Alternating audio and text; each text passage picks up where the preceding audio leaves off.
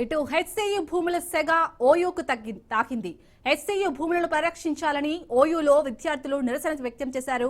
BRSV, PDSU, ASF, SFI విద్యార్థి సంఘాలు నిరసనలో పాల్గొని ప్రభుత్వానికి వ్యతిరేకంగా నినాదాలు చేశారు.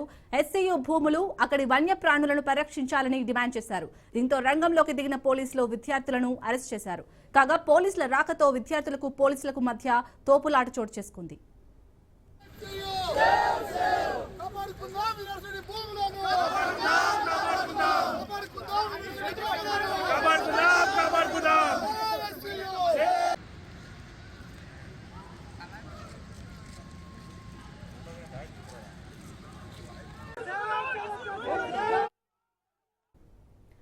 హెచ్సియు భూముల సెగ ఓయూకు తాకింది.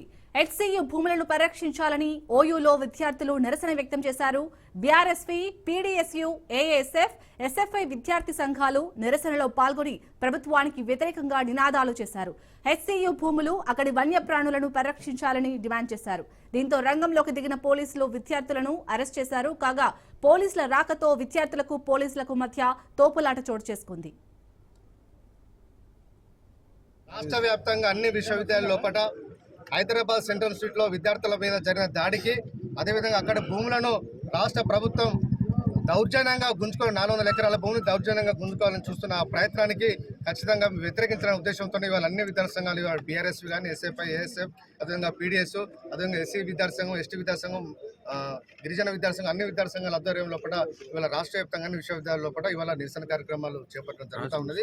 ఎందుకంటే హైదరాబాద్ సెంట్రల్ యూనివర్సిటీ అనేది తెలంగాణ ఉద్యమంలో భాగంగా తెలంగాణ విద్యార్థులకు న్యాయం చేయాలనే ఉద్దేశంతో అక్కడ హైదరాబాద్ సెంట్రల్ యూనివర్సిటీ ఏర్పడేసి ఆనాడు ప్రభుత్వం 2300 ఎకరాల భూమిని కేటాయిస్తే ఇవాళ రేవంత్ రెడ్డి ముఖ్యమంత్రి అయిన తర్వాత ఆనాడు కాంగ్రెస్ ప్రభుత్వం కేటాయిస్తే ఇవాళ కాంగ్రెస్ ప్రభుత్వం వచ్చిన తర్వాత ఇచ్చిన భూములు వెనుక తీసుకున్న కుట్రను ఇవాళ మేము తీవ్రంగా వ్యతిరేకిస్తా ఉన్నాం. ఇవాళ రాష్ట్ర ప్రభుత్వాన్ని నడిపే చేతగాక, రాష్ట్రంలో పన్నులు వసూలేసే చేతగాక, మంచి పనులు అందించడం చేతగాక ఇవాళ ముఖ్యమంత్రి గారికి ఇవాళ రాష్ట్ర భూములను అమ్మి ఇవాళ ఉద్యోగుల జీతాలు ఇవ్వాలని చెప్పి ఖజానా నింపడానికి ఇవాళ ప్రయత్నం చేస్తాడు. ఇలాంటి చేతగాని ముఖ్యమంత్రి రాజీనామా చేయాలని చెప్పి ఇవాళ డిమాండ్ ఇస్తా ఉన్నాం. ఎన్నికల ముందు ఏం మాట్లాడినారు రేవంత్ రెడ్డి గారు? ప్రభుత్వ భూములు ఒక్క గుంట భూమి కూడా అమ్మామని చెప్పి ఆనాడు ప్రజలకు హామీ ఇచ్చి ఇవాళ అధికారంలోకి వచ్చిన తర్వాత ఇవాళ 400 ఎకరాల భూమిని ఎట్లా అమ్మటానికి పెట్టినామని చెప్పి ఇవాళ ప్రభుత్వాన్ని ఇవాళ మేము ప్రశ్నిస్తా ఉన్నాం. ఒక పక్క ఉద్యోగాలు భర్తీ శాత కాదు, అదేవిధంగా ప్రజాస్వామ్యాన్ని కాపాడాల్సిన బాధ్యత ఇవాళ ప్రభుత్వం మీద ఉన్నా కూడా ఎక్కడికక్కడ ఇవాళ నిరసనకారులు, విద్యార్థి నాయకులందరినీ కూడా గృహ నిర్బంధం చేస్తూ ఇవాళ అరెస్ట్ చేస్తూ ఇవాళ రాష్ట్రంలో ఇవాళ నిర్బంధ కాండను కొనసాగిస్తున్న ఇవాళ ముఖ్యమంత్రి, ఇలాంటి ముఖ్యమంత్రి మాకు అర్థం చెప్పే వాళ్ళని మేము ప్రశ్నిస్తా ఉన్నాం. రాష్ట్ర